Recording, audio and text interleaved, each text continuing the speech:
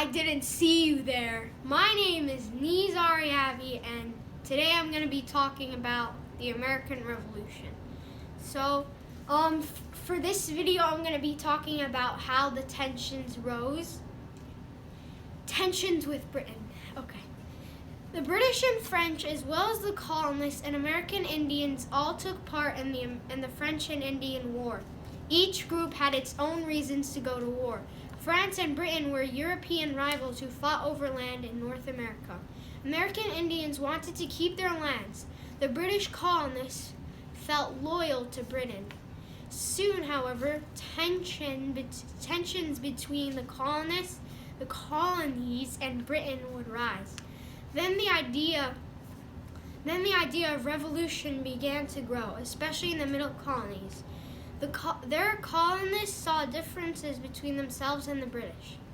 Taxes caused trouble.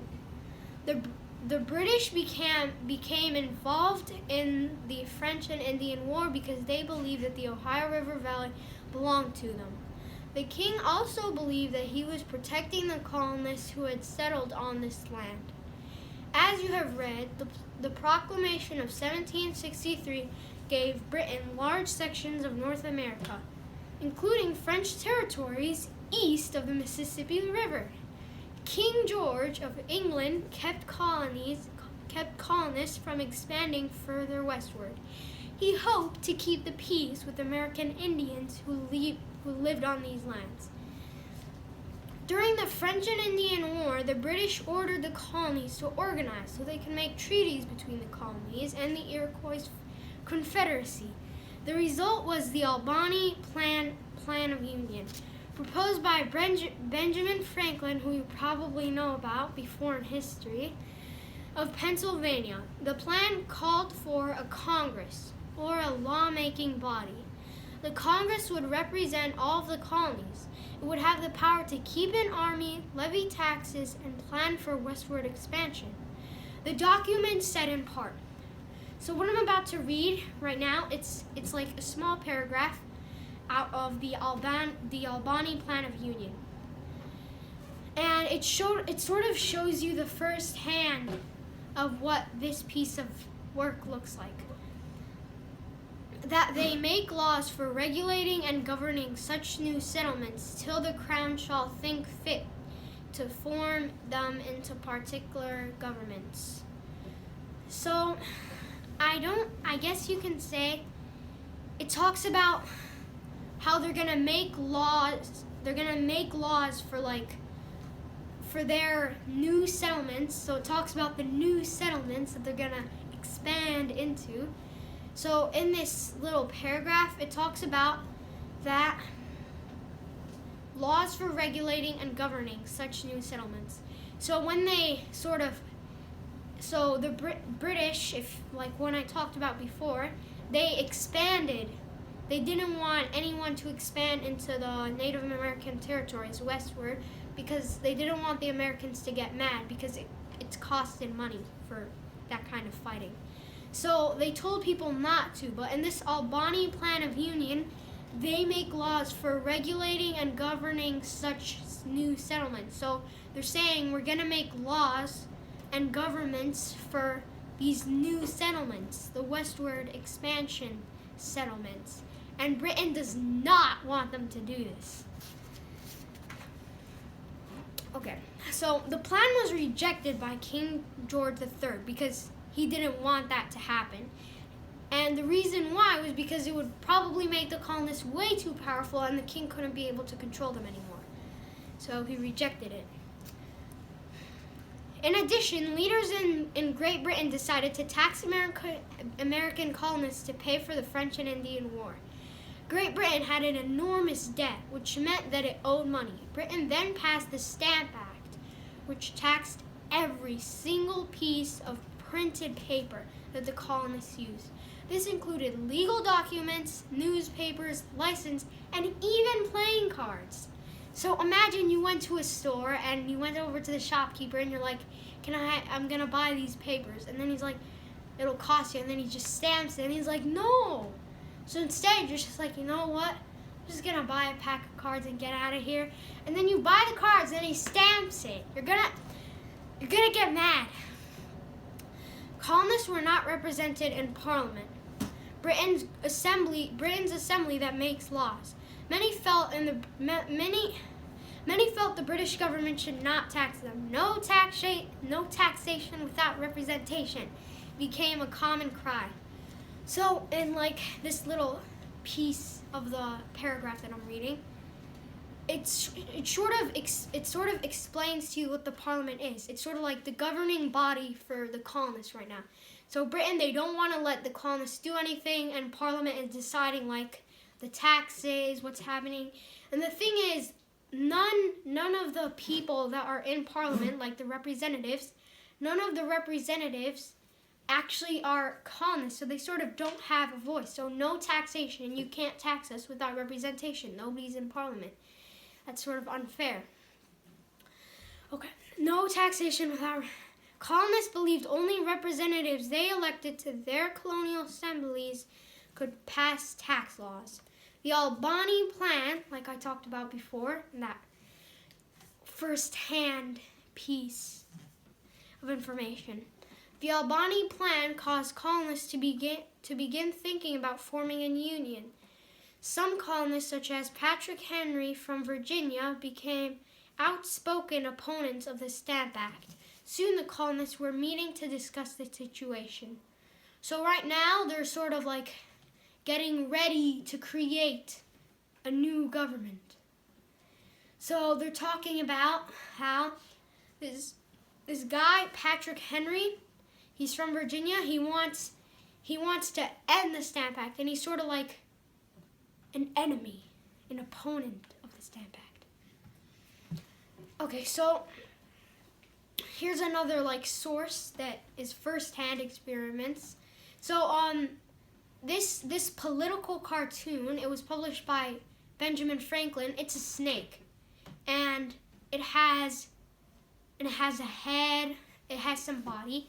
And the thing is, so Benjamin Franklin, he made this because he thought that the colonies, they had to get together as a union. And he sort of drew a snake that was cut up into pieces. And each piece of the snake represented one colony. So it sort of means like if we don't stand together, then we can easily fall. Later in history, I think Lincoln, he talks about this. Abraham Lincoln, he talks about it. Like I think he said this quote: "United we stand, divided we fall." Okay. The colonists take action. In response to what they believed to be unjust taxation, some colonies requested that Parliament repeal the Stamp Act. These requests were rejected. In 1765, representatives from 9 colonies met in New York for a meeting that was called the Stamp Act Congress. The Congress consisted of delegates or representatives from the colonies, including farmers, lawyers, and businessmen. As a group, they demanded that the Parliament repeal the Stamp Act. Although the taxes were small, the colonists did not like the pattern they set. At this time, most colonists were loyal to the Crown. They took issue only with Parliament's taxation. The Stamp Act resolves. The results of the Stamp Act Congress acknowledged that the king still had the right to make laws in the colonies. So it's talking, for this paragraph, it talks about how at the time, so this is like a sub-stage of the revolution, and most of the people, they're thinking like, it's crazy. Are you guys crazy? You guys want to get out of Britain? And they're all loyal to the crown. And it talks about how they created this little group of people. They were like elected from different states, you can say kind of like states, little parts of the colonies. So each colony had their own representative, and the representatives, they're like farmers, lawyers, and businessmen. They're like normal people. They got elected. I don't know how. So it talks about how they created a Stamp Act. They wanted to stop that Stamp Act. So they created their own little government to stop the Stamp Act. Okay. And there's the Stamp Act Congress. It sort of like said, we're not doing this to you, but we still have control. It's sort of like Parliament, except for the Stamp Act specifically, and it works with Britain, and it's like, we're not doing this to you, but we can do it. We can do it. They're like threatening. Other groups wanted to send a stronger message to the king. A group called the Sons of Liberty began to organize protests against the Stamp Act. They wrote literature encouraging boycotts or refusals to buy British products. The Sons of Liberty was a secret group. It formed in 1765 to protect colonists' rights and protest British taxation. Okay. Members also burned stamps and threatened stamp agents. The Daughters of Liberty, another part of the group, encouraged colonists to spin their own cloth instead of using British-made cloth. So these two parts I talked about, it's about the Sons of Liberty and the Daughters of Liberty. So the Sons of Liberty, they're sort of like the hard stuff, like protesting, literature, and you can say like the Daughters of Liberty, they're sort of the inside. They're like doing the little boycotts, while the other guys, they're doing like the big stuff. In March 1766, Great Britain was losing money due to the boycotts. It was the boycotts more than the Congress that led to the repeal of the Stamp Act. The repeal marked a milestone for the colonies. It was the first time that representatives from the colonies came together. It was also the first time that the British government backed down when met with colonial resistance. Along with the repeal, however, Parliament passed the Declaratory Act of 1766. The king feared that the colonies were becoming too strong. The Declaratory Act sent the message that the king still had the authority to make laws for the colonies. It's sort of like what we talked about earlier, how like they said we can do it, but we're not doing it. The Declaratory Act, it's saying like, we can do it. We can take you guys out if we have to, but we're not doing it. It's supposed to send a message to the colonies like, stop it. You can't do that. Although many agreed with the king, some British lawmakers did not. William Pitt the Elder argued in front of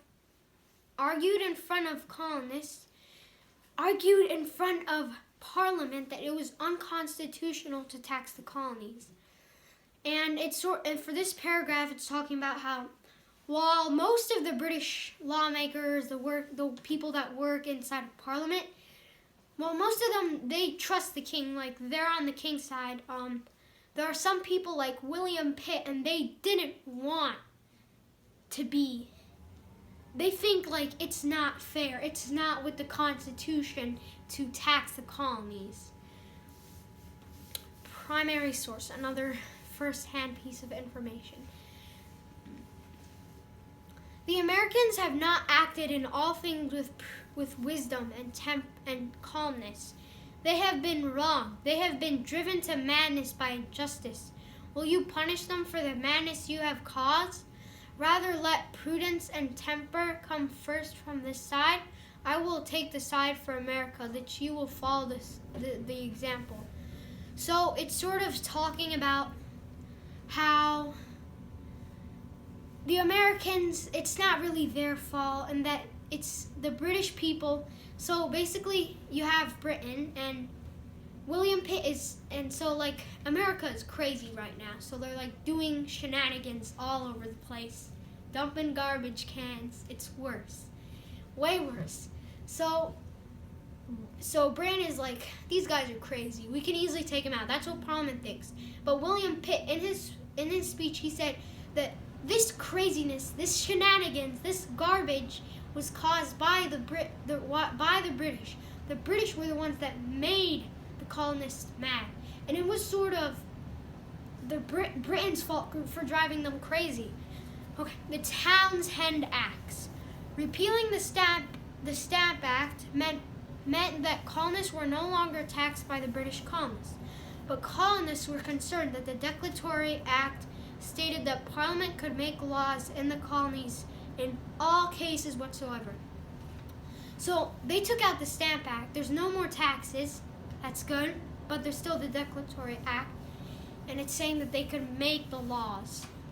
These concerns were confirmed in the summer of 1667 when the Townshend Acts were passed, named after Charles Townshend, the Member of Parliament who proposed them. These were a series of acts that placed tariffs or taxes on products coming into the colonies. Glass, tea, lead, and paper were all taxed. Tariffs were usually used to control trade, but in this case they were used to raise money for Great Britain. As part of the Townshend Acts, a strict system for customs or tax collections was established. The acts also lifted the British export tax on tea so that Great Britain could ship tea to the colonists for free. Once again, colonists were taxed without representation. They reacted by boycotting all of the British goods that were placed with tariffs, harassing tax collectors and refusing to pay the taxes. British merchants began to lose money.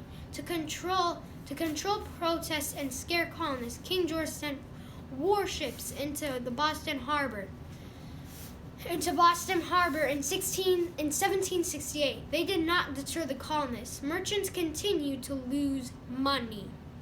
British merchants asked their government to repeal the acts. As a result of the turmoil they caused, the Townshend Acts were repealed in April of 1770. Only a tax on tea remained. Parliament wanted to send the message that they had the right to tax the colonies. Although the repeal of the Stamp Act and the Townshend Acts were victories for the colonists, tensions were still high. British troops were in Boston, and colonists were paying a tax on their tea. And that's end for today. Bye, guys.